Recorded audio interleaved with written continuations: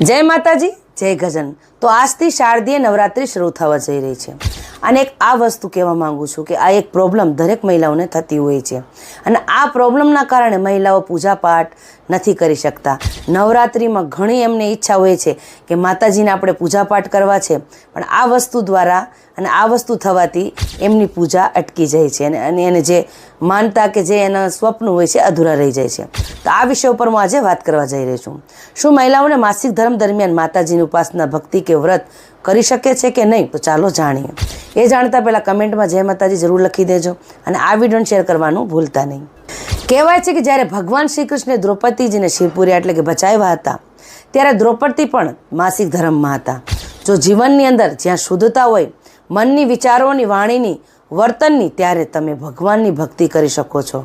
Periods એક natural process છે, તેવી જ રીતે આપણે લઘુશંકા કરીએ છીએ, દીર્ઘશંકા કરીએ છીએ, તો ત્યાં પણ આપણે સ્નાન આદિ કર્મ કરીને શુદ્ધ થઈને ભગવાનની નજીક જઈ શકીએ છીએ। તો તમે પણ પીરિયડ્સમાં હોય તો શુદ્ધતાનું પૂરું ધ્યાન રાખીને ભગવાનની પૂજા ભક્તિ અને ભગવાનની સ્થાપના કરી શકો છો। એમાં કોઈ પણ પ્રકારનો સંકોચ રાખવાની જરૂર નથી। હમણાં ઘણી બહેનોનું મારી ચેનલમાં પ્રશ્ન આવ્યું છે કે અમે નવરાત્રિ દરમિયાન માસિક ધર્મમાં હોઈએ તો શું કરવું જોઈએ? તમારે સ્નાન ધ્યાન કરી પવિત્ર થઈને તહેવાર ઉજવી શકો છો। જો તમે આ દિવસોમાં ભગવાનથી દૂર થઈ જશો તો આ લાવો લેવાનું તમે ચૂકી જશો અને પીરિયડ્સમાં થવાથી મહિલાઓને ઘણા તહેવાર છોડવા પડે છે। માટે તમે કોઈ પ્રકારનું સંકોચ નહીં કરતા, તમારાથી થાય શુદ્ધ થઈને ભક્તિ કરો।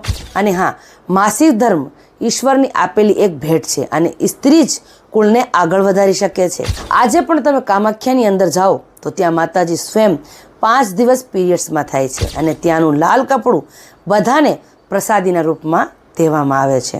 તો આ વિડીયો વધુમાં વધુ મહિલાઓને શેર જરૂર કરજો અને આજથી નવરાત્રિ, શારદીય નવરાત્રિ શરૂ થઈ ગયા છે, તો તમે દરેક મહિલાઓ આનો લાવો લઈ શકો છો, પૂજા પાઠ કરી શકો છો। પરંતુ હા, પરિપૂર્ણ શુદ્ધ થયા બાદ તમે પૂજા પાઠ કરી શકો છો। અને અંતમાં તમારી કુળદેવીનું નામ જરૂર લખજો અને મારા તરફથી સૌને શારદીય નવરાત્રિની હાર્દિક શુભકામના।